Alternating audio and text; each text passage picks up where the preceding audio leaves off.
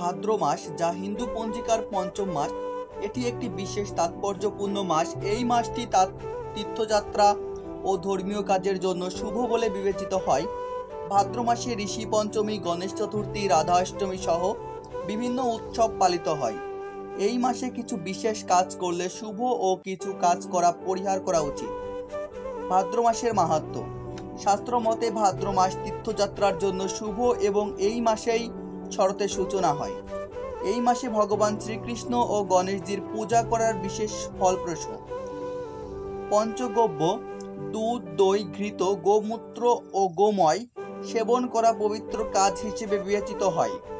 এটি ভক্তি, স্নান ও উপাসনার জন্য উপযুক্ত মাস। কিছু নির্দিষ্ট খাবার ও কাজ এড়িয়ে চলা উচিত।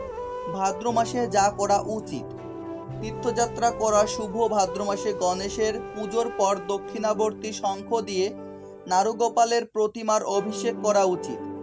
তারপর তাকে মাখন মিশ্রিত ভোগ দিন। ভোগে তুলসী পাতা অর্পণ করুন। এবার দুধ, জাফরান মিশিয়ে নারুগোপালকে অর্পণ করুন। পরে প্রসাদ হিসেবে বিতরণ করে দিন।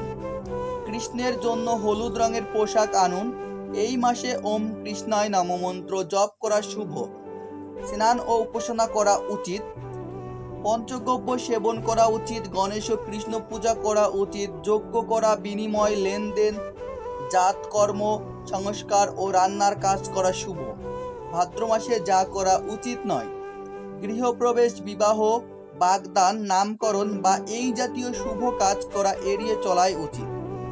শাস্ত্র মতে ভাদ্র মাসে মাংস, দুধ, গুড়, সবুজ সবজি, মূলো এবং বেগুন খেতে নেই, কারণ এই মাসে এই সবজি ও খাদ্য সামগ্রী খেলে শারীরিক অসুস্থতা দেখা দিতে পারে।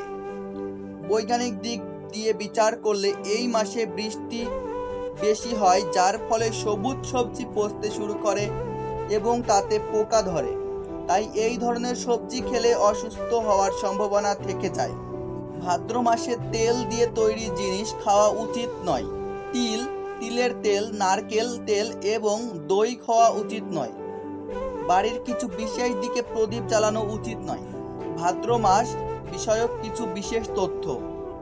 ভাদ্র মাস বৃষ্টির কারণে মাটি ভেজা থাকার জন্য নির্মাণ করা কাজ উচিত নয়। এটি চন্দ্র মাসের পঞ্চম মাস এবং শরৎকালের শুরু। ভাদ্র মাস রাহুকাল, পঞ্চক এবং ভাদ্রের মতো জ্যোতিষশাস্ত্রীয় বিষয়গুলি সম্পর্কে সম্পর্কিত। ধন্যবাদ বন্ধুরা। ভিডিওটি ভালো লাগলে বন্ধুদের কাছে শেয়ার করুন। নতুন নতুন ভিডিও পেতে চ্যানেলটি সাবস্ক্রাইব করুন।